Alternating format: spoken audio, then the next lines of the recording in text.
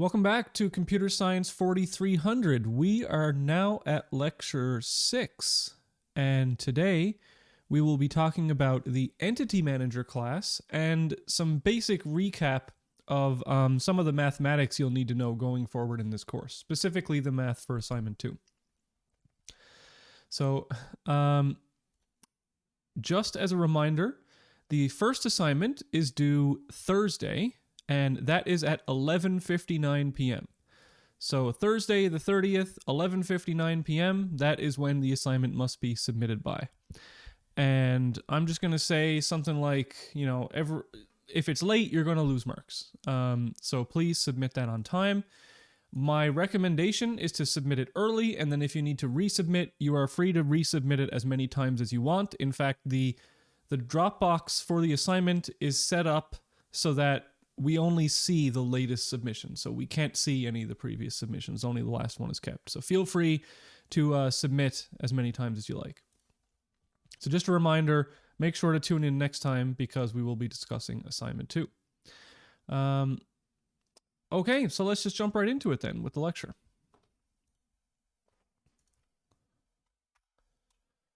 So lecture number 6, we will be talking about entity management and 2D math for games. So first, before we get into the new stuff, let's just recall, let's get back fresh in our mind what an entity is for the purposes of this course. And I actually went through all of my slides and I did this like manual coloring of the same color scheme as Visual Studio, its light theme, in order to make things a little bit easier to read. So I hope that's appreciated a little bit because it took a long time. It's longer than you might think. But I think it's a little bit easier to sort of parse the data now on the slides when it's colored more like it is in an IDE. So here's what we talked about last time for the entity class. Where the entity class, our first iteration of the entity class, will have a number of public shared pointers to components, okay? So this is what we talked about. We've got, for example, a transform, a name, a shape, a bounding box, whatever components are necessary for our game. And we've also got like a constructor, and the constructor in this case does nothing. However, we're going to build on this a little bit in this lecture. So one of the most important concepts in all of programming, in my opinion, is to separate logic and data, okay? And what that means is you want to separate how your code or how your data is being stored from how your data is being used. So we're going to create data structures which manage the data so your logic code doesn't have to worry about how the data is actually being stored. So if you're writing some complex algorithm or you're writing some physics collision checking or other important gameplay features, we shouldn't be having to worry about at that time when we've got this complex algorithm in our head. How is my data stored? Was it in a set? Was it in a vector? Was it in a map? I can't remember, right? So if you're trying to focus on, say, the implementation of your physics, you shouldn't need to be worried about like the actual implementation of your data storage. And in my opinion, this is one of the things that's helped me become a way better programmer, is just reducing mental load by only having to worry about one thing at a time, right? You should basically just be able to say, give me some data. And other than knowing how the data is being given to you, you don't need to know how it's stored or how it's handled or the lifetime of that. It's all just done for you. So what we're going to do is we're going to make something called an entity manager. And that entity manager is going to be the thing that creates, stores, deletes all of our entities for us, so we never ever in the rest of the class have to worry about entity storage again. It just does it all for us. Okay, so the entity manager uses the factory design pattern, and it will handle the creation, storage, and lifetime of all entity objects. So if you're not familiar with the factory design pattern, you can talk about like abstract factories and a little more complex stuff. But in essence, the factory design pattern is just have a class that manages the creation of objects for you. Okay, so it's a factory. It produces and manages those objects so you don't have to worry about it. The functions that we want to have on the entity manager, so we'll go through the design and functionality of this thing, but the functions we want to have on it would be things like add entity, so give us a new entity, remove entity, make sure this one is removed, storage of the entities, and maybe bookkeeping of the entities. So for example, something that you could do by having a factory is keep track of, for example, how many entities have been created in the lifetime of this running program? Or on average, how many entities are we creating per second? Or how much memory is currently devoted to entities? And if all of our entity creation and deletion is being handled by a single class, then that sort of bookkeeping becomes really, really easy. Versus if we were trying to like store some entities over here and some entities over here, maybe some in a set, some in a vector, and trying to deal with that cognitive load, this sort of bookkeeping would be very difficult. And also, we want the factory to somehow ensure that the programmer or the user cannot just create its own entities outside of the factory. So these are the things that we want the factory to do. But first, one of the ways that it's going to help us in the factory, not only in the factory, but in programming the game in general, is the concept of entity tags. So a lot of the time in our games, we want to tag an entity, we want to group our entities by their gameplay functionality, right? So for example, in this scene here, we've got a player. So a player is going to do something unique, and we've got a bunch of tiles. And so we're pretty certain that all of these tiles are probably going to perform the same sort of function, right? We can't walk through them, we can walk on top of them, they provide obstacles, etc. So what we're going to do, all of our entities are going to be tagged by some string. And so for example, this entity might be just called tile. This entity might just be called player. There might be a bullet, there might be an enemy. And that tag is just going to be a string that's stored within the entity, okay? So the player would just have a tag, and that would just be the player string. Tile would have a tag, and that would be tile, for example. So what we would like, if possible, is that another functionality on the entity manager that we would want would be to be able to quickly get all the entities of a given tag. So for example, we might want to be able to say, give me all the bullets, okay? Give me a collection of all the bullets, or give me a collection of all the tiles, or give me a collection of all the entities. Now, we could just, for example, iterate over everything and check to see if it's an enemy, but what if we could just say, give me all the bullets? That would be really, really great, and it would cut down on a lot of cognitive load when we actually go to program things. Okay, so that's another bit of functionality that we want to have the entity manager to have, is the ability to store things by tag and return them so we can use them by tag as well. Okay, so in order to have this, what are we going to need? Well, we're going to beef up our initial implementation of entity just a little bit. So here's our class entity again. Each of our entities is going to have some additional properties. So each entity is going to have a unique integer identifier, starting at 0 and moving up by 1, okay? It's also going to have a string, which is a tag. And so by default, we would just call this default, but for the player's entity, that might be player. For the tile entities, it might be tile. For the enemy entities, that would just be enemy, for example. And also, we're going to have one other thing, and that's a Boolean that will tell us whether or not an entity is currently alive, okay? So in order to handle how our entities are going to be destroyed and cleaned up by the entity manager, it's very useful to have this just one little extra tag on an entity. And we'll see how that is going to be used a little bit later when we talk about the entity manager functionality. And all the rest of the stuff is pretty much the same. However, now in our entity constructor, the entity has to have a tag. So you have to give a tag to an entity, for example, player or tile. And you also have to give an identifier, a unique identifier to each entity. So for example, now what we'd be able to do is be able to say, okay, entity get me the ID, and now I can compare and see if this entity is the same entity as another entity really easily because their IDs would be the same. And of course, we would want to have getter functions, so we would have get ID, get tag, and is alive, but I just don't have room to fit them all on the slide and be large enough. So we would have those getter functionalities as well. But the important part of this slide is that the entities, in addition to storing these transforms, are going to have these private member variables that we're going to refer to in some interesting ways. Okay, so what does the entity manager do?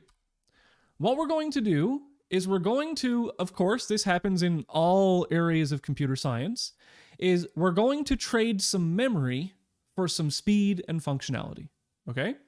So what we're going to do is we're going to store all of our entity objects in a vector. And so, for example, we are storing shared pointers to entities in this class. And so we are going to have a standard vector of shared pointers to entities. Now, in C++, we can assign a sort of alias to this. It's called a type def. And so what I can type in my entity manager is type def, standard vector, standard shared pointer entity, and I can just call that an entity vector. Okay, so whenever I say entity vector in the upcoming slides, I'm referring to a standard vector of standard shared pointers of entities. And this is just shorthand in C++ for being able to do that really quickly without having to type so much code. And we will also store vectors of entity objects by their tag for quick retrieval. So what we'll also have is a map, and that map will go from strings, which are the entity tags, to entity vectors, okay? So what we're going to do essentially is we're going to be storing double the shared pointers in order to save on computation time later in our engine. So let me just go forward into one more slide and show you now the entity manager class and its base functionality. So up here on top, we've type defed this entity vec, all right? So we've got an entity vec. I said entity vector on the last slide, but just to save even more space, an entity vec is a standard vector of shared pointers to entities. Now, I've also got another type def here, and standard map from strings to entity vectors is an entity map, okay? So again, this map is going to store things like, this string is going to be a tag, and each tag will have its own entity vector. So up here in the vector of everything, right, this entity vec is all the entities, so every single entity in the game is stored there. But in the entity map, it's sort of like a dictionary if you're used to Python, where we're going to store a second copy of all of those pointers to all the entities mapped by its tag. And in this way, later, I'll be able to say, give me all the entities with this tag, and it will just be able to return them for me. So what I've done is I've doubled our memory usage in terms of pointers, so it's way less than actually double the memory usage. So I've doubled the number of pointers that we're storing in order to enable this functionality. Now, I'm going to have one more variable here, and that is the total number of entities that we have ever created. I'm going to use that for two purposes. I'm going to use it just for bookkeeping to see how many entities we've created over time. And the second usage for this integer value is going to be to assign a unique ID to every entity that we create. So all I have to do is every time, in order to get a unique ID for every entity that we create, every time I create an entity, I'm going to increase this value, and then I'm going to use that new increased value as the ID for the entity. And so that's just a pretty standard way of getting a unique identifier. Someone said, why isn't total entities a static of the structure? And the reason this is not static is because we can have multiple entity managers. Going forward in the course, each of our scenes in our game engine is going to have its own entity manager. So we're not going to have just one entity manager for the whole game. So we'll come back to that, but that's the reason it's not static. And then the public functionality we want to have on the entity manager, well, we're going to need a constructor. And the important thing is this functionality. We're going to want to be able to add an entity to the entity manager, and we're going to pass in a tag. So we'll say something like, hey, entity manager, give me a new entity of type tile, or something like that. And we'll show some example usage. And then I want two functionalities for getting vectors of entities that I can then do something with. So the first one is just get entities that will return all the entities that are currently in the entity manager, and that will return a reference to a vector of entities. And secondly, I'm going to have a second get entities function, but that's going to pass in a tag. And that will look up the entity vector in our map that's going to store all the entities with that tag and then return a reference to that vector for us. So this is the base functionality of the entity manager. And you can see here in the class definition, or sorry, the class declaration, the header file, we can see the whole functionality of this entity manager in just a few lines of code, which is really nice. So let's go through now and look at the implementation of some of these functions and how we might implement that thing. So the first function is the adding of entities. And before we get started here, basically what's going to happen in assignment 2 is you are going to be given the skeleton code for the entity manager, and you have to implement this functionality for assignment 2. Okay, so you'll be given like the skeleton code with all the blank functions, and you'll be told what I want you to do for all of those functions, and that's what I'm going over here in the lecture. And then you have to actually go ahead and implement that stuff in C++. So for example here, all of these comments in pseudocode, that's the code that you're going to have to write when you actually go to write your assignment 2. So adding entities, what's going to happen? Well, first, let's look at the function signature. So this is going to return a shared pointer to an entity. And the functionality, I've put in tag here. It's really a const standard string reference to a tag, but I just didn't have enough room on this slide horizontally. So it's going to take in that tag, and what's going to happen? It's going to create a new entity object. It's going to store it in the vector of all entities. It's then going to store it in the map of tags to entity vectors, and then we're going to return the shared pointer that points to that entity. Okay, so here is one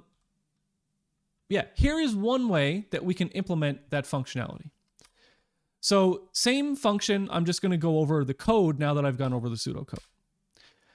So how do we create that entity? All right, I'm giving you some of the code for the assignment here, which is nice for you. So I'm going to set up an entity, and of course I'm going to use auto because auto is nice. I don't have to type out standard shared pointer entity. And of course, to make a shared pointer, we're going to use standard make shared entity tag and then this value.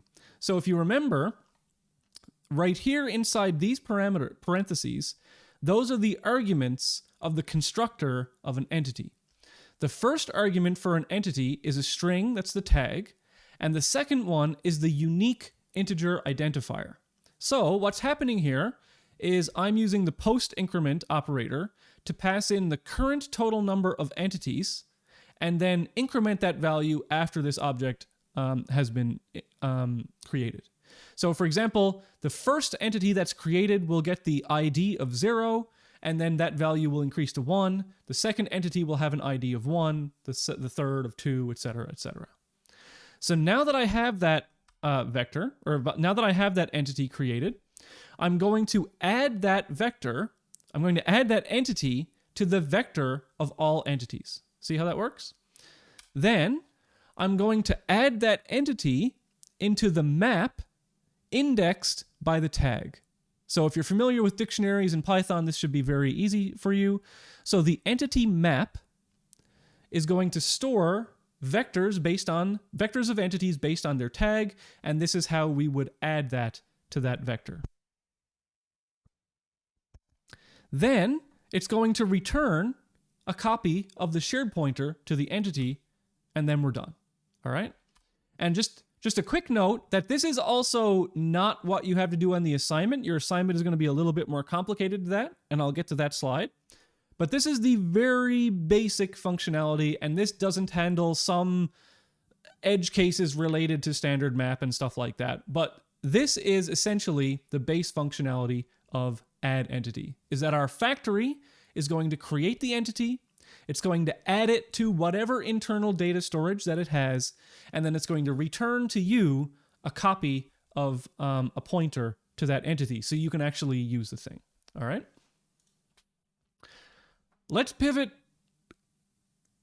quickly to a concept called iterator invalidation. So if you've ever heard of iterator invalidation, just say so in the chat, because when you're game programming, you are going to run into this concept a lot.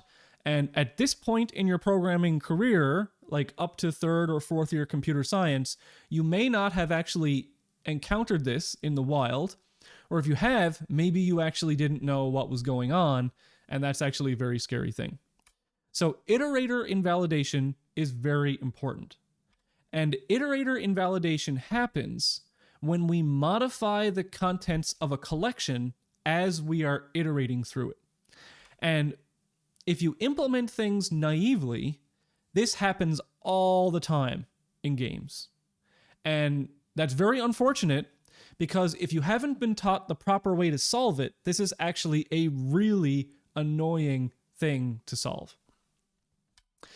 So there's two ways that this can happen. It can happen when we're adding stuff to a collection, and it can happen when we're removing stuff from a collection.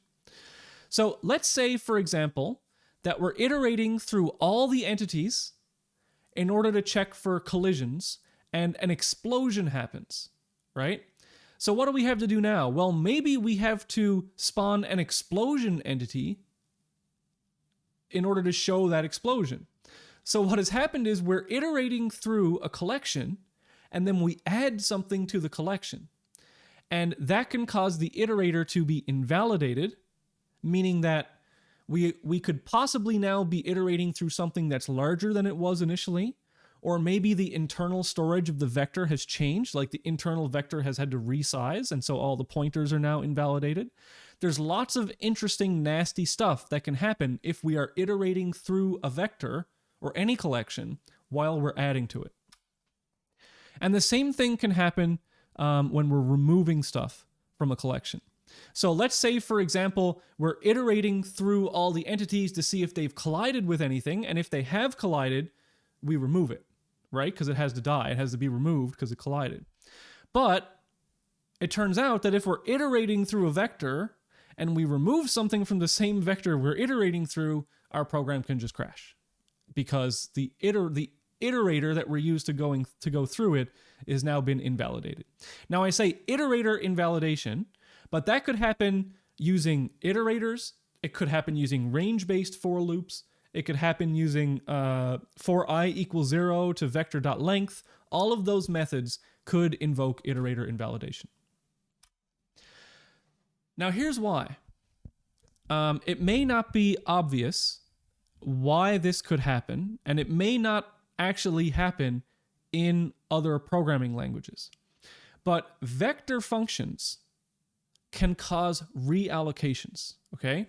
So when you add to a vector using pushback or insert or whatever, the vector internally may resize, and it may have to recreate its internal array. And when it does that, it invalidates all of the pointers and the iterators that happen there. Someone in the chat said emplace back. That still causes iterator invalidation. Emplace back is not a solution to this whatsoever. That will still cause iterator invalidation. And I just want to quickly go over, I'm going to launch my Blackboard here, if you give me a second, and I want to show you exactly why this can happen. This is an important concept not only for game programming, but for all programming. So keep this one in mind. All right. It's just taking me a second to get set up here. Here we go. All right. So let's say we've got a vector like this. I want to use the color white. So I've got a vector here. I should really make a slide for this, but well, let's do it live. So I've got a vector, and why isn't my stuff staying up here? Status bar, view, status bar. That's really weird. It's going away. That's annoying. So here's my vector, and let's say this is going to be the vector that holds my entities. All right. So inside a vector, remember back when we created our own integer array in like the first or second lecture? I can't remember which one it was. What we did is that this internally is some pointer to memory on the heap, right? That's what this actually is. Internal in the vector, this vector stores a pointer to memory on the heap. So let's say that now we have gone and filled up. This is super annoying. I don't know why this is happening. Let me like maximize. No, it's still going away. All right. So let's say that we've created this entity, right? So our vector is going to have some initial capacity. We've added an entity. Now we add another one and another one and another one and another one and another one and another one. Now what happens when we add another entity to this? Well, what actually happens internally is that our vector resizes itself. So it gets longer. And what happens is we now have a vector that we take all of these elements. Maybe we get a new internal array with double the values, for example. So we get a new blank array. We copy all the elements down into this new array. And then the next one we insert will go into here, and we have more blank space over here for new stuff. And then after that new array has been created, somewhere else on the heap, okay, could be anywhere in memory for all we know, this entity pointer, this gets freed, this initial array gets freed, and the internal entity pointer now points to this new array. So just imagine if we are iterating through here, through here, through here, through here, through the vector of all entities, and then we say something like spawn a bullet or spawn an explosion. So our range-based for loop or our iterator-based solution is going to be looking here, like at this one, at this place in memory, this address, this pointer. Then it's going to want to add something. This entire vector will end up getting deleted, and now this iterator is invalidated. Okay, so that's what's happening at a lower level. Excuse me. And in a similar way, that can happen when you're erasing elements as well. So this is a problem, and it may not be intuitive how to actually solve this problem. And a lot of people a lot of code bases solve this in different ways, but we're going to solve this using our entity manager. So here's an example of that. Let's say that we're writing our collision system, right? So we've got some collision system inside our game engine, and we are going to have two entity vectors. One, we have a vector of all the bullets, and two, we have a vector of all the tiles. And what we want to do here in our game engine is say that whenever a bullet collides with a tile, I want the bullet to be destroyed, or maybe I want the tile to be destroyed, or maybe I want both to be destroyed, right? So here's what happens. I'm going to loop over all the bullets. For each bullet, I'm going to loop over all the tiles. And then if my physics system says, well, if there's a collision between the bullet and the tile, I want to erase the bullet from bullets, and then that's what I want to do, right? So in here, if a bullet collides with a tile, I want the bullet to be destroyed. However, this may cause iterator invalidation because I am erasing from the vector of all bullets while I am iterating through it. And that could cause iterator invalidation. All right. So our solution to iterator invalidation is going to be what I call delayed effects. What the hell are delayed effects? Well, One way to avoid iterator invalidation is to delay the effects of actions that modify collections until we know it's safe to do so. So what that means is that let's somehow create a system that whenever we call erase, it's going to somehow flag it to be erased. Or whenever we call add, it's going to flag it to be added. And then only when we know it's safe, when we're not iterating through that collection anymore, will we actually do the addition or the subtraction from that vector. Okay, so that's what a delayed effect is. With the entity manager handling entity creation and deletion, this becomes really easy. In fact, we won't even remember that we had iterator invalidation because entity manager will make it so easy for us. So let's go with this idea. Only add or remove entities at the beginning of a frame of in our main loop. So when the frame of the game starts, that's when we're going to add and remove our entities before any other logic can touch our entities. All right, so we know that nothing else is looking at the entities, so it's going to be safe to do something with it. So here again, this is the entity manager that we looked at, and I've got two little blank lines here because in order to implement what these delayed effects that I talked about, we're going to add one new variable and we're going to add one new function. So that new variable is this another entity vector, and that's called toAdd. So that means what we're going to do is whenever we add an entity to the entity manager, instead of immediately adding it to the vector of all entities, instead of immediately adding it to the map based on the tag, we're first going to add it to the toAdd vector, and at the beginning of the next frame, it's going to be actually added to those vectors. Okay? And then in order to properly implement this, we need one more function, and this is an update function. So at the beginning of each frame of our game, we're going to call the entity manager's update function so it can go through and do all of its stuff. All right. So now when we want to add entities, and this is what you actually have to do on the assignment, what we're going to do is we're going to create our entity just like we did before. Okay, so auto E, standard make shared entity. We're going to give it a tag. We're going to give it an increasing integer ID.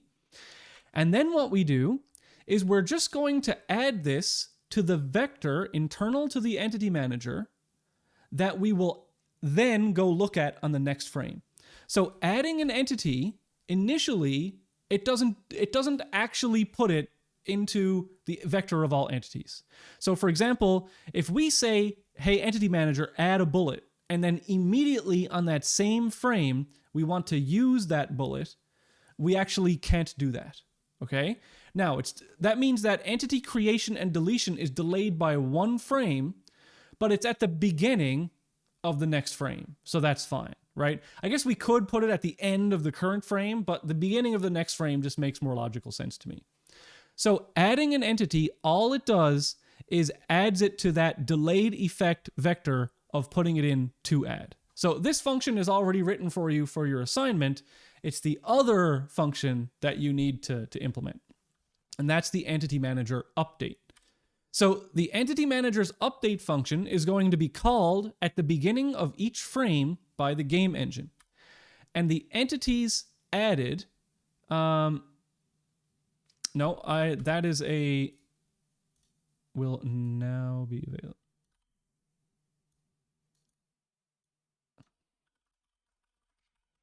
I'm just editing this text here. Okay, so this is called at the beginning of each frame by the game engine, and the entities that were added on the last frame will now be available to use on this frame. So here's what that looks like. So for each entity in this toAdd vector, right? Because these were the entities that we wanted to add on the last frame, we're going to add this entity to the vector of all entities. And then we're going to add it to the entity map by the tag of the entity. Then since we have cleared, essentially, we've added everything we want to from this toAdd vector. Now we can just clear that vector. Because if we don't clear the vector, then on the next round of updates, we'll add everything here again. So I hope this is clear, because this is very, very important, right? We're taking everything from the vector that we had wanted to add things on the last frame, and only now at the beginning of this frame, we're actually adding those things. Okay. So now with entity death and removal, how does that work? Well, with this system, we can really easily implement entity death and removal inside the entity manager. And the way we're going to do that is as follows. So the entity manager, each entity has its own Boolean, which is m_alive, and that variable indicates whether or not that entity is currently alive or not, right? Pretty intuitive. And basically, all we have to do whenever we want to kill an entity is set that entity's Boolean variable to false. And then the entity manager's update function on the next frame will read that variable and remove it from the vector. So that prevents removal iterator invalidation, right? So what we did was, first, we added all the entities that we wanted to add on the last frame, and now we're going to remove all the entities that we wanted to remove on the last frame. And so we have prevented the addition iterator invalidation, and we've also prevented the removal iterator invalidation. So what we're going to do in the update is, for each thing that we want to add, we're going to add those things. So we've already seen that. And then we're going to loop through all the entities, and we're going to say, if E is dead, remove it from the vector of all the entities. And if E is dead, remove it from the entity map as well. Now, I actually forgot to clear the add thing here. So let's modify this slide a little bit. So I'm going to come down here and then m2 add.clear. So this is why I don't give out the slides beforehand. Just got to color this properly. Give me 1 second.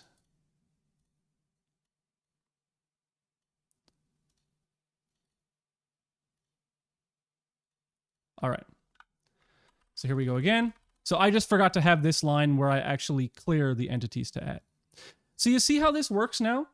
Our entity manager at the beginning of each frame is going to create all the entities that we wanted to create on the last frame. It's going to remove all the entities that we wanted to remove on the last frame, and then it's going to clear up this vector. So if you've been paying attention, what you may have is...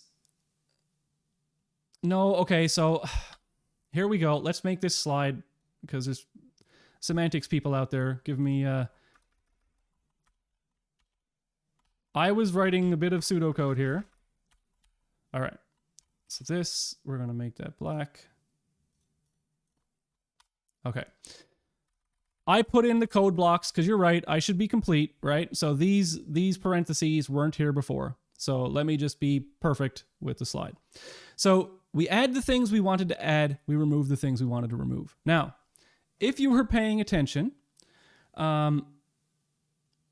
what's going to happen is,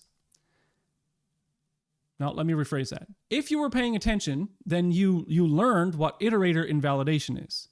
So here, you can see that we actually have iterator invalidation inside the solution to solving iterator invalidation. So we are actually looping over all the entities and removing things from the entities. So I'm not going to spoil for you how we actually do that. I want you to sort of go out into the world and figure out how to do this in C++. Because I want you to solve iterator invalidation once, and then you put it in the entity manager, and then we never have to worry about it again. All right, so I've got a couple of questions here in the chat. Wouldn't it be a little faster if we removed first, then added? Why would that be a little bit faster? Because we may have like one fewer entity or something to look over. I guess, but it's not super important which way we do this. It turns out that like things get added and removed so infrequently that this isn't really the bottleneck, but it's probably like incalculably faster, like so minusculely faster to do removals before additions. So that is correct. Why don't we, another question, why don't we remove the entity immediately instead of setting MLIs to false? Wouldn't it be more efficient? So that person has not watched the rest of the lecture in which we're talking about iterator invalidation. Because if you remove it immediately, every time you remove something, you have to worry about iterator invalidation. Okay, so that's the answer to that one. We can't remove things immediately because then we would have to deal with invalidation literally every time we delete an entity. But it's a good question. It's just you probably haven't been here for the whole lecture. So here's how we're going to use the entity manager. So we're going to have an entity manager somewhere. It's probably going to live as an internal variable in some class or game engine class or whatever. So let's look at a spawn enemy class. Now I don't have the proper code blocks here because I ran out of vertical space, okay? But just pretend with me that this is valid C++. So here's a spawn enemy function. So what we can do is we're going to say, okay, I want to have a new enemy. So I'll say auto e equals m entities, that's my entity manager variable, dot add entity enemy. So you see here that we are just giving it a tag. We don't need to worry about how that's stored. We don't need to worry about how we're eventually going to remove this or how we're eventually going to use this. We don't need to worry about giving it that unique integer identifier. The factory, the entity manager factory, is going to basically handle all of that for us. Sorry, my mic just turned off. Okay. Okay, so now that we have asked the entity manager for an entity, and it's given it to us in the form of this shared pointer, now we can do things with it. So if we want to set the transform, for example, we say E, it's a pointer, so we have to use the arrow. E's C transform equals standard make shared transform with args. Its shape is make shared shape with some args. And that's how we would spawn an enemy, okay? So this is actually how easy it becomes to add a new entity to our game. Whenever we want to spawn something, whether it's a bullet or an enemy or the player or a tile or whatever, we just say, hey, entity manager, add an entity with this tag, and it will return a pointer for us. And then we do whatever we want with that thing. And it's going to live in the entity manager, and it's just handled for us, right? Okay, now we're going to look at a system that's going to use the entity manager to get access to things that we want to get access to. So let's say, for example, that we want to do the collisions between bullets and enemies. Well, before, maybe what we would have to do is say, okay, loop over every enemy if it's not, or loop over every entity. If it's a bullet, then loop over every enemy. But what we can do now is just say for every bullet in entity manager.getEntities bullet. And this will return a reference to a vector that contains all the bullets in our game. And when we loop over the bullets, now we want to loop over the enemies, right? So for auto E in getEntities enemy, and we already have these vectors of enemies, these vectors of bullets created inside the entity manager, so we can just get references to those instantly without any additional work. And then we just say, if physics, check collision, B, E, and like we're going to go into the physics stuff later, then I can say B.destroy and E.destroy. Now, I want to create another slide in here because I did not fully explain what those destroy functionalities were. So let me very quickly, creating a slide. We're doing it live. Okay, bear with me here. Actually, let me show you what I'm doing. So how do we actually, what is B.destroy? What does that do? Well, this is going to be a void destroy function that's on the entity class. And that's going to set m alive equal to false. That's it. And they have one more function, which is a const standard string tag. And this is going to return m tag. All right. So now I have to color this stuff. So this is the drudgery of actually making slides. I have to manually color all of these for every slide, but you know, whatever helps you learn better, right?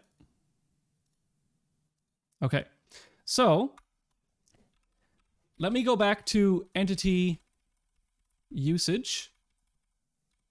So when we did here, we looped through all of the bullets and we looped through all the enemies. And if there was a collision between the bullet and the enemy, we called the bullets destroy function and the enemies destroy function. And these are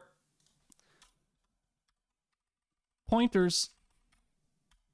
So we have to do this. Perfect. All right. So I'm in the wrong scene. Here we go.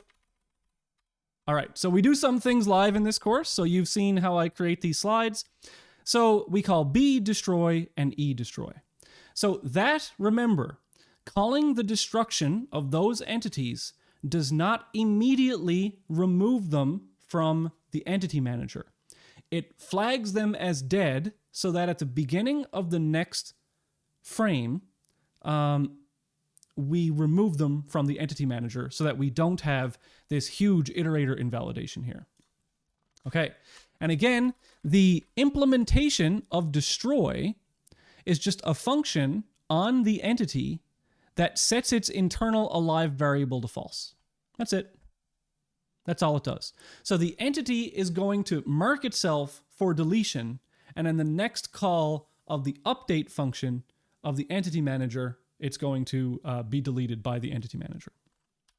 And if we look at the main loop function of the game engine, so if we have some game engine and we have a main loop, the way this is going to work with all of our other systems is that our entity manager's update function is going to be the first thing that's called on every frame of the game. And in that way, we're going to make sure that we update, we add the things that we wanted to add, we delete the things we wanted to delete, and we do that before all of the other systems are called, so that we have access to all the things that we want, and we've deleted all the things that are dead that we shouldn't be using in these functions. And then maybe we do some other things like increase the current frame of the game, etc. Someone asked a question, why is everything destroyed when there is a collision? Some entities should continue to exist. Of course, right? This is just an example. So the question was about this slide, like why did we destroy the bullet and destroy the enemy? That won't always happen. This is just an example of things being destroyed and how that works. This is all just examples. Of course, you may have one of them being destroyed. One of them may just take damage. One of them, like maybe neither of them destroyed. Maybe one passes through the other. Maybe there's no physics check. This is just sample code to show you how you might use the entity manager's getEntity function. The rest of it is this is just demonstration code to show you how the factory works and how you get stuff from the factory. Okay, so this is again how this is used in the game engine's main loop is that whatever entity manager we have, we call the update function on that. The last thing I'll talk about is the entity we want to have a private constructor. Why is this?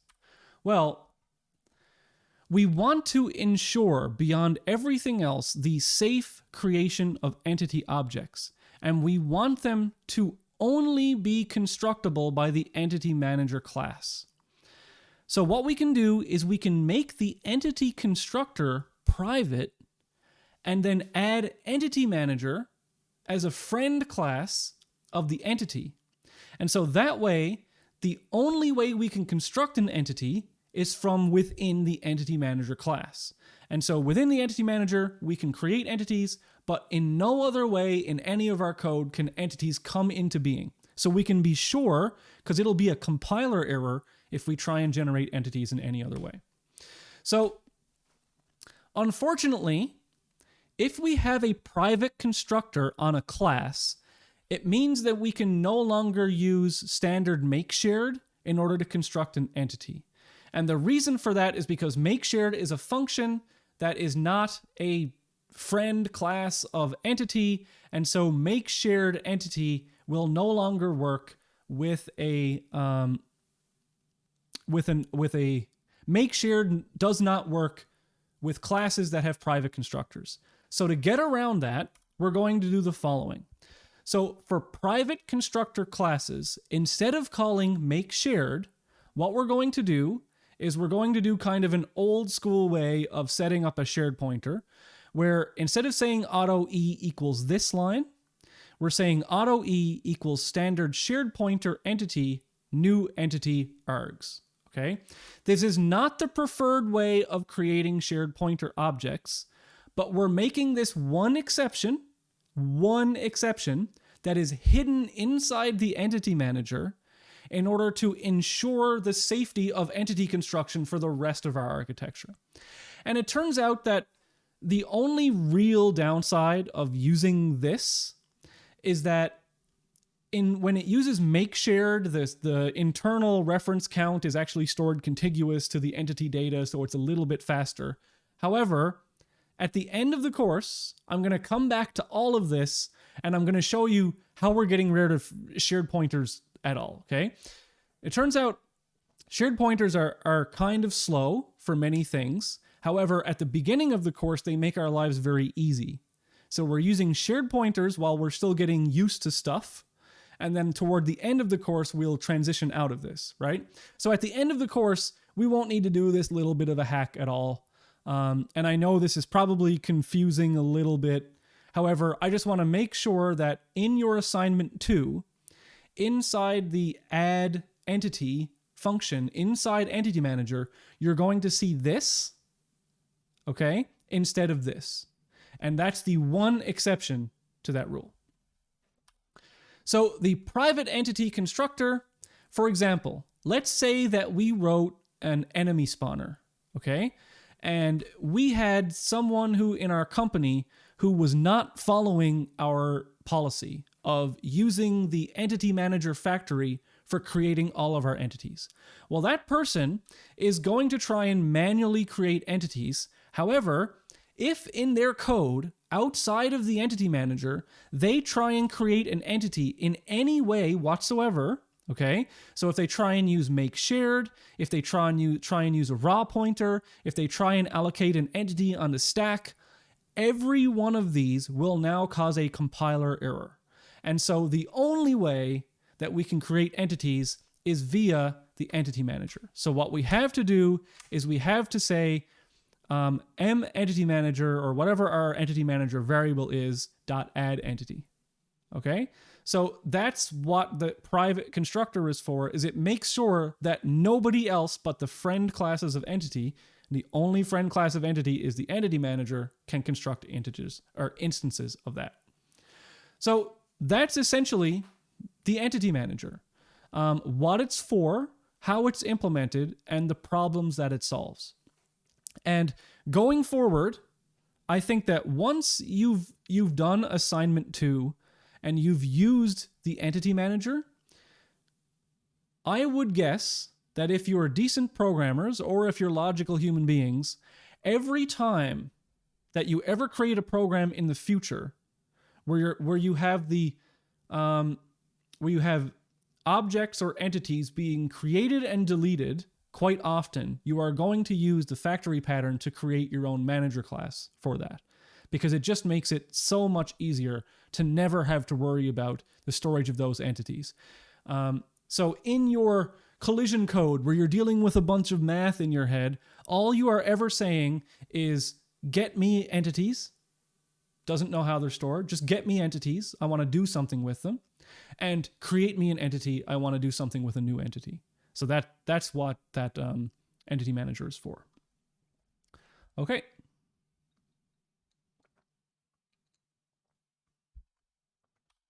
Now for the last part of the lecture. This shouldn't take very long. It is a review, hopefully, of the 2D mathematics that you are going to need going forward in this course, especially for assignment 2.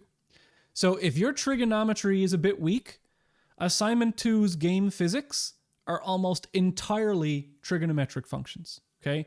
They're trig functions and they are vector functions. So I have these slides here as a reference so that you don't need to go Google and find it on Stack Overflow how to do these things. It is all in the slides here for you, okay? So again, as a 4th year computer science student, you probably should have taken linear algebra, and you should have probably taken high school, in which you have learned all of the things I'm about to tell you, but now you just have it in the PDF so you can call up the PDF because you forgot the order of SOHCAHTOA or sine is whatever over whatever. All right, perfect. So 2D games. Every game's graphics are drawn to a screen, right? Some sort of screen, whether that's a VR set or a monitor or on a wall via projector, they're drawn to some sort of screen. And those screens are a plane, so they're in 2 dimensions. Screens are made of small, discrete elements called pixels, and pixels are usually square. They're not always square. In the past, for example, if you've played the Atari 2600, the reason Atari has like elongated graphics and a weird resolution is because it has rectangular pixels and not square pixels. And pixels, typically on modern monitors, have RGB elements.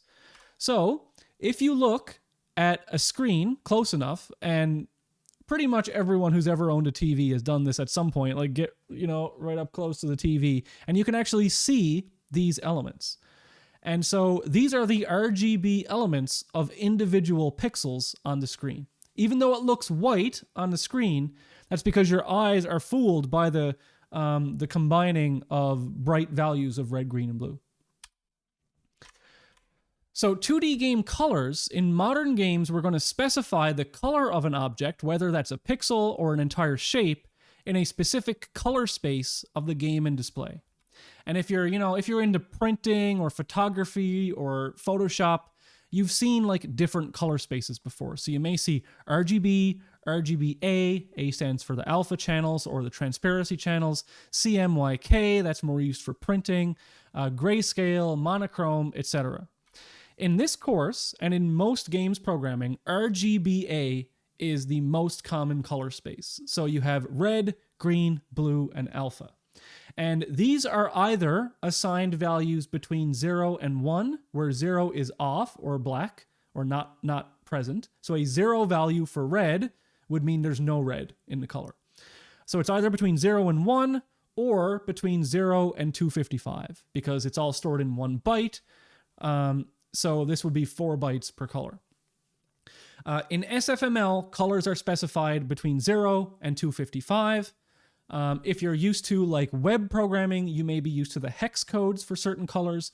Hex codes like FF, that's just hex for 255, right? So hex codes directly translate to RGBA if you're used to those things before. So each pixel is going to get assigned a color in SFML via the RGBA color space. All right, so that's just a little bit about color so you know what color is going into assignment 2 because you are going to be dealing with color. 2D positions. So our games are 2-dimensional, which is good for you because it's really easy to visualize and intuit about 2D geometries and 2D spaces. So our system's display is in a pixel grid. And so the grid is in 2 dimensions, standard Euclidean plane stuff. So the Euclidean XY plane is how we're going to visualize the individual positions that are possible. And each integer position is a display pixel, essentially. So just keep in mind that displays can be resized, they can be made smaller or full screen, so pixels can like appear larger or appear smaller in some cases.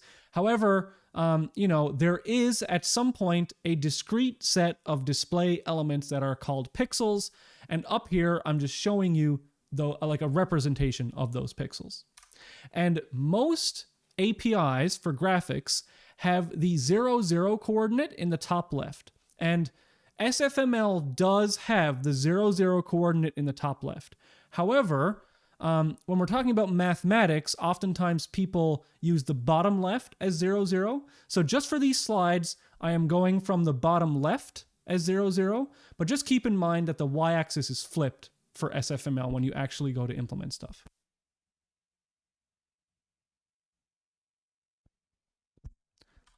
Okay, so here's an example of how 2D positions are represented. And remember the vec2 class that we created last time? We're going to be using the vec2 class to represent positions in our grid.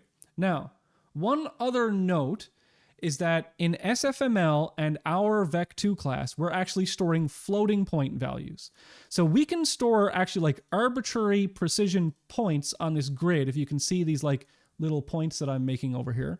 So our values are going to be probably in between pixels. However, when it actually goes to display a value on the screen, those display points are usually going to be rounded to the next pixel for actual display purposes. So all of this math that I'm about to show you still works for floating point precision. However, I'm just showing it to you in integer precision because it's easier for me to do that, okay? So we're going to represent all of our 2D values as a vector. And that vector is just 4, 2, for example. So if we look here, the x value is 4, the y value is 2, and that vector of 4, 2 represents a vector pointing from the origin to that point. So if I say a equals 4, 2, we have a vec2, which is x, y, and this represents the distance from the origin in the x direction and the y direction, and the origin is 0, 0, right? So this one represents the distance of 4 in the x direction and the distance of 2 in the y direction. Let's consider now that we have another point, which is b, right here. And that's at x equals 6 and y equals 7. So let's just try some vector math here. So let's try subtraction. If we take b, which is at 6, 7, right, and subtract a, which is at 4, 2, we get vector c, which is at 2, 5. And what this means is that vector subtraction, if we move c to start at a, okay, it will point from a to b.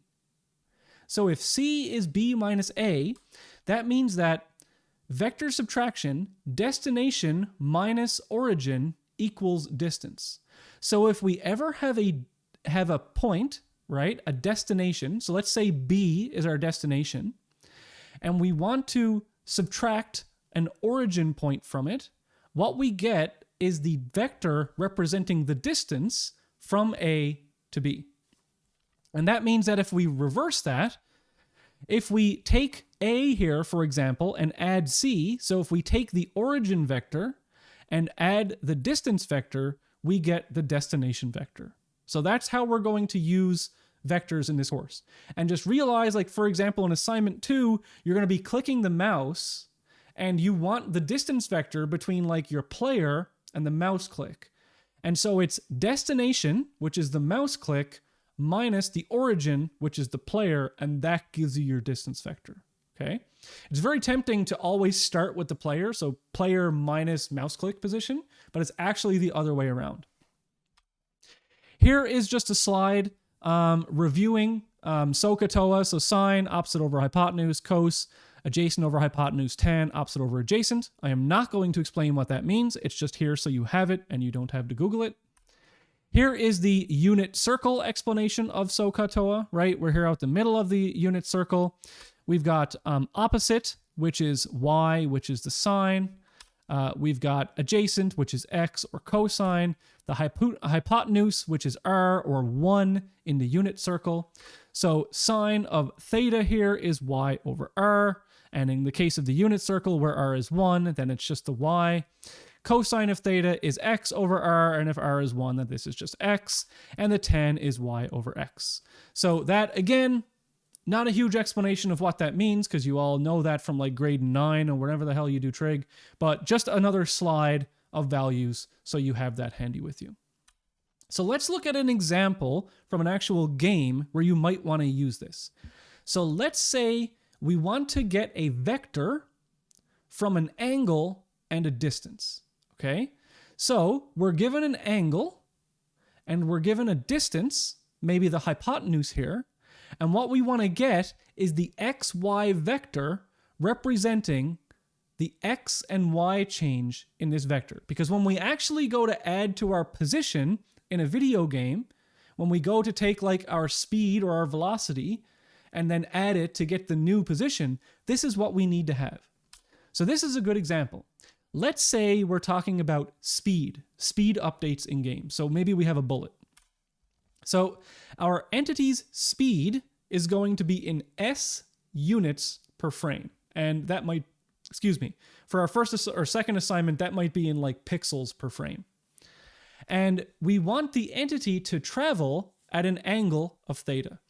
So that means here that we have an angle of theta. We want the bullet to travel along at some speed s, and s here is represented by the length of the hypotenuse of this triangle.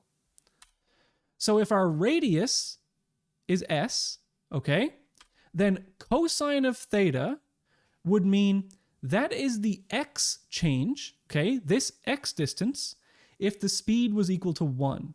So if we had a unit circle where the hypotenuse was equal to 1, then cosine of theta is the x change if the speed was 1. Sine theta is going to be the y change if the speed is 1. However, that's if the speed was 1. But our speed is s, right?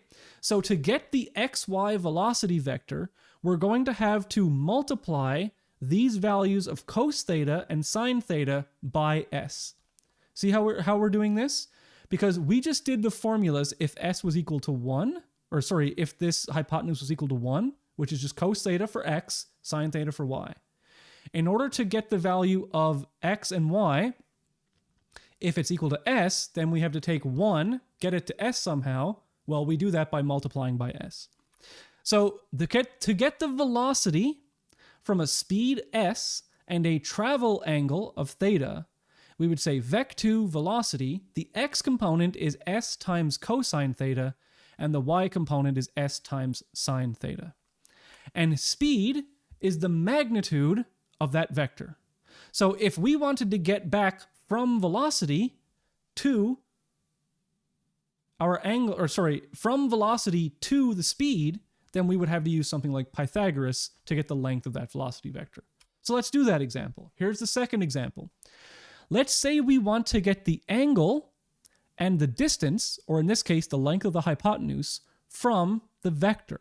So we're given the xy vector, which is right here, right? So it's this x and y change. And what we want to get is the distance, or the length of the hypotenuse, and the angle. So over here, we're going to have some difference vector, d. We're going to have our player, for example, that's at x1, y1. And we're going to have our entity that's at x2, y2 up here. So let's first calculate what is the distance from the player to the entity, okay? So d is the vector. This is a difference vector d. And again, if we want to go from the player to the entity, we have to take the destination and subtract the origin. So the destination is going to be the entity and the origin is the player. So d equals entity minus player. So d is going to be equal to x2 minus x1 in the x direction and y2 minus y1 in the y direction. So that's the difference vector d. So in order to get the distance or the length of d, we have to apply Pythagoras, right? So Pythagoras here, we just take the square root or the floating point square root function in C++ of the sum of x squared plus y squared. Okay? So again, I'm not telling you what Pythagoras is. You should know that by now. And in order to get the angle from the player to the entity, so the angle, this theta from the player to the entity, tan of theta is equal to y divided by x is just dy divided by dx, right? So in your code, you're going to use theta is equal to a tan 2 d dot y d dot x. I'm not going to get into why this is, but in your code, whenever you want to do the inverse tan, it's a tan 2f with the y first and the x second. That's what we're using. We're using a tan 2 instead of a tan. All right. Again, this is all recap stuff that you should know already. Vector normalization is also important. So recall that vector's length is the distance that it has traveled from the origin, right? So the length of a vector is equal to the square root of the sum of the squares. Okay, so this is again, it's Pythagoras calculating the length of a hypotenuse. Normalizing a vector is going to maintain its angle, but it changes its length to 1. Okay, and so what we do is the normal vector, let's call that n, is a new vector, and it's just the x component of the original vector divided by the length of the original vector, and then the y component of the original vector divided by the length of the original vector. So if we want to normalize a vector, we calculate the length of it, and then we divide each of the x and y components by the length. So where is that useful? Why would we want the vector normalization? Why would we ever use that? Well, there's thousands of ways we would want it, but in assignment 2, we might want it for the example, for the following example. Let's say that we are shooting something on an assignment, and I've got to move my my thing again. So here's our example where we're shooting. So in assignment 2, we're going to have a player that's moving around, and we want a bullet to slowly move or a bullet to move when we shoot or when we mouse click from the player to where the mouse was clicked. So in assignment 2, a bullet is going to shoot towards the mouse. So for example, if I'm here and my mouse is up here, when I click shoot, the bullet is going to travel in that straight line toward there. In our assignment 2's config file, we are going to be given a scalar speed of s, which is the amount of distance it should travel per frame. So how do we get from the mouse position, the player's position, a scalar speed to get the speed vector or the velocity that we need to use to do the actual update? So again, remember that the d, this difference vector, is mx, which is the mouse x, minus px, which is the player x, and then the same in the y direction. D is going to have some length L. So this difference vector D, essentially what we want to do in order to update our bullet the correct amount of pixels per frame is scale the vector so that its new length is S. So we want to scale the vector, change it somehow so that it's changing from L to be S.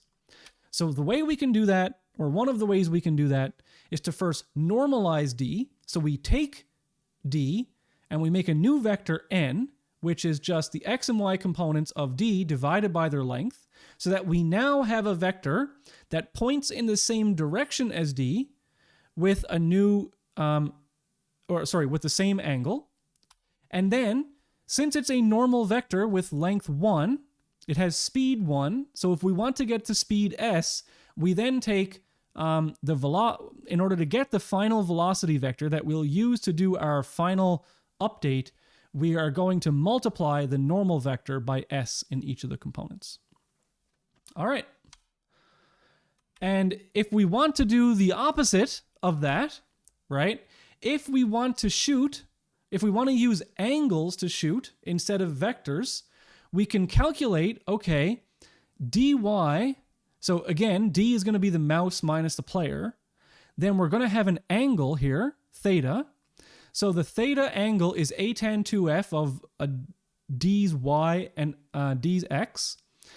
And then, so if we recall our vector from angle and distance slide, we can also calculate our velocity by taking s times cos of theta, s times sine of theta. So in assignment 2, you can use either of these, right? I think this way is a little bit faster than this way, but just realize that you can either do a normal vector multiplied by the scalar speed, or you can figure out the angle of travel and then multiply speed by that. The last thing we need to do for assignment 2 is circle collisions.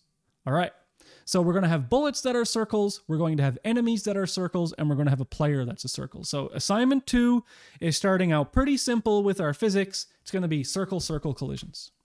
So all entities are going to be given circular collision components. An entity therefore has 2 components that are going to determine a collision. It's going to have a position, x, y, that's going to be the center of the circle. Excuse me. And it's going to have a collision radius r. So each of those circles is going to have a radius. So given a position x, y, and a radius r of 2 entities, how are we going to determine if there is a collision between them? Well, it turns out that that's actually pretty easy. So here, for example, just a diagram, we have one circle down here, circle 1, which has position x1 and y1 with radius 1. And we're going to have circle 2, which has x2, y2, and radius 2. And it turns out that if the distance between the center of the circles is greater than the sum of the radii of both of the circles, then we have a collision. Very, very simple calculation. So, given 2 circles, C1 with x1, y1, r1, and C2 with x2, y2, r2, the distance between them, right? So we calculate the difference vector d, and then we get the length of that vector by doing Pythagoras. And then we just say there is a collision if the distance is less than the sum of the radius. So there's going to be collision. This is going to be true if distance is less than r1 plus r2. Done. That's circle-circle collisions. However, we notice here that we use the square root function in this calculation. And it turns out that square root is actually an expensive calculation, even in modern processors. Now, it's gotten way better due to approximation hardware and stuff like that. But square root is something that we want to avoid if possible. We would like to be able to do all of our calculations with addition, subtractions, and multiplications, even avoiding division if we can, okay? So, square root is expensive, and we need the square root if what we actually want to know is distance. But in this problem, do we actually want to know the distance? Not really. All we want to know is, was there a collision? Now, maybe the distance is needed for that, but really the only thing we want to know is, was there a collision? So that we can kill the thing when the bullet hits it, right? So this was our formula, the square root of the sum of the squares of x and y less than r1 plus r2. But look at this. We can square both the sides. So let's square both sides. So if we call this here the distance, then we can say the distance squared, right? If we square this, then that's just what's inside the brackets. So dx squared plus dy squared. And then, so we can say if, now there's a collision if distance squared is less than r1 plus r2 squared. So we can square both sides of the inequality and come out with the same outcome in terms of the Boolean that we want to know. However, we have completely mitigated the need to use a square root function. So we don't actually ever calculate the distance, and we save the square root value. All right, so that's a little optimization that make your code run a little bit faster. And the very last thing for today, I just want to go over how to generate random numbers in C++, because we are going to be using random number generation pretty heavily for assignment 2 as well. So the simplest way to generate random numbers in C++ is to use the rand function, and the rand function was also present in C. So for very serious security applications, it has been shown that the rand function is not considered secure, it is not considered safe. However, we are not encrypting the blockchain here. We are just finding spawn locations for things on assignment 2. Okay, so I'm not going to get into like Mersenne twisters and all this kind of stuff for random number generation, which is there in the STL, and you can use it if you want really secure enemy spawning numbers if you want. I'm just going to show you the code for rand. So random number generation, we can talk about whether or not random numbers actually exist, but within computers, there's no such thing as a truly random number. And a random number from a computer essentially is just the outcome of a formula. And that formula takes in a seed and then uses that seed value, some integer value, to determine the outcome of future RNG. Okay? So for example, if you run a C program and you print out rand 100 times, and then you run your program again, it's going to print out the same 100 numbers. Why? Because by default, rand is seeded by the integer 0. Okay? So every time you run your program, you're going to get the same random number generation, which is obviously for some things not the thing you want to happen. So what you could do is you can seed the random number generator with a function called srand. So that takes in some integer and seeds the random number. So for each integer input, you'll have a different sequence of random numbers that come out. The default seed is 0, so if you don't specify a seed, like I said, you'll get the same time sequence of RNG every single time. So what some people do as a workaround in order to just quickly hack it up so that every time you run your program, you get a different sequence, is you can call the time function in C, which returns the number of milliseconds since the beginning of the universe, which in Linux terms is 1970. So that will give you a number equivalent to like either the current number of seconds. I think it's actually the number of seconds. So this will give you an integer, which is the number of seconds from January 1st, 1970, and it will use that to seed it. So what that means now is that every time you run your program, after a new second has passed in your system, you will get a new sequence of random numbers. And for assignment 2, that is just hunky-dory. All right, that is fine. You will not lose any marks in assignment 2 for unsafe random number generation as long as it is doing random number generation. You can even write your own random number generator if you want. I don't care. However, what you are going to need to know is that rand just looks at brain fart. Rand is going to return a random integer value. So just like whatever an integer can be from like minus 2 billion to plus 2 billion or whatever it happens to be, it's going to be one of those numbers. But we are going to want to generate specific numbers in a specific range. Okay?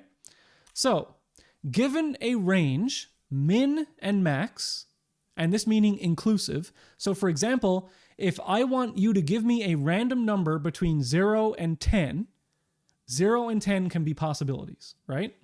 So here's how you can do that. Now you can do it another way. I just wanted to put this down so you don't have to spend a bunch of time Googling it.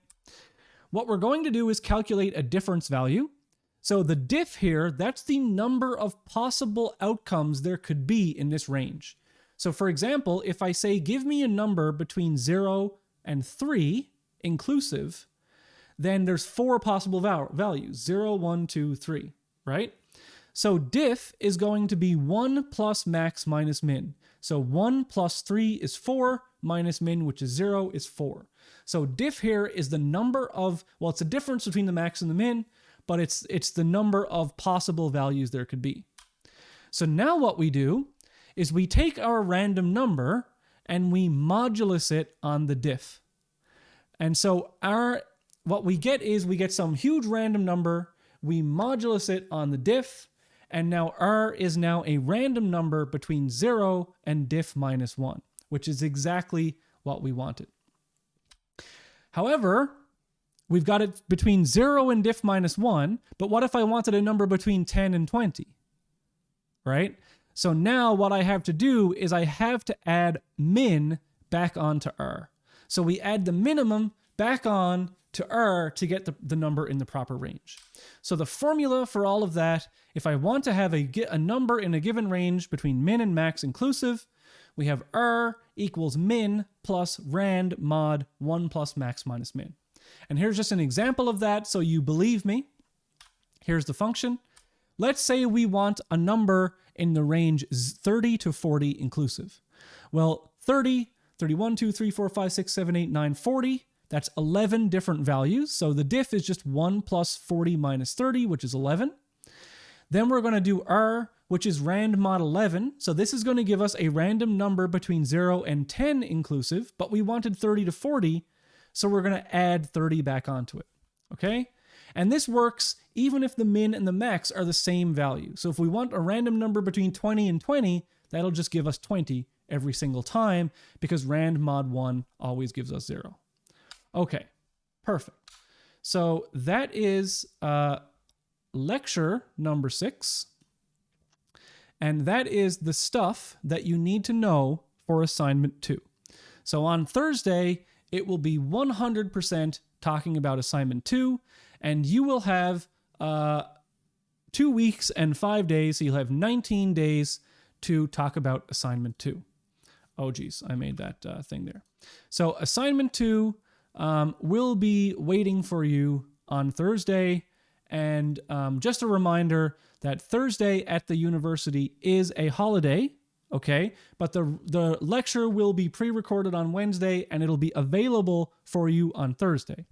Now, again, the university's great plan is to give you a holiday on Thursday and then make you take classes on Saturday in order to make up for your Thursday holiday, right? So I'm just telling you that the lecture will be there on Thursday. Officially, I guess the lecture is not given out till Friday just to comply with the holiday, but everything will be there on Thursday if you want to get a head start on it. Okay, so that's sort of our compromise on this Thursday's classes actually being this Saturday, which is debatably good or bad. Cool. All right. So thanks again for tuning in, and I will see you on Thursday for assignment 2.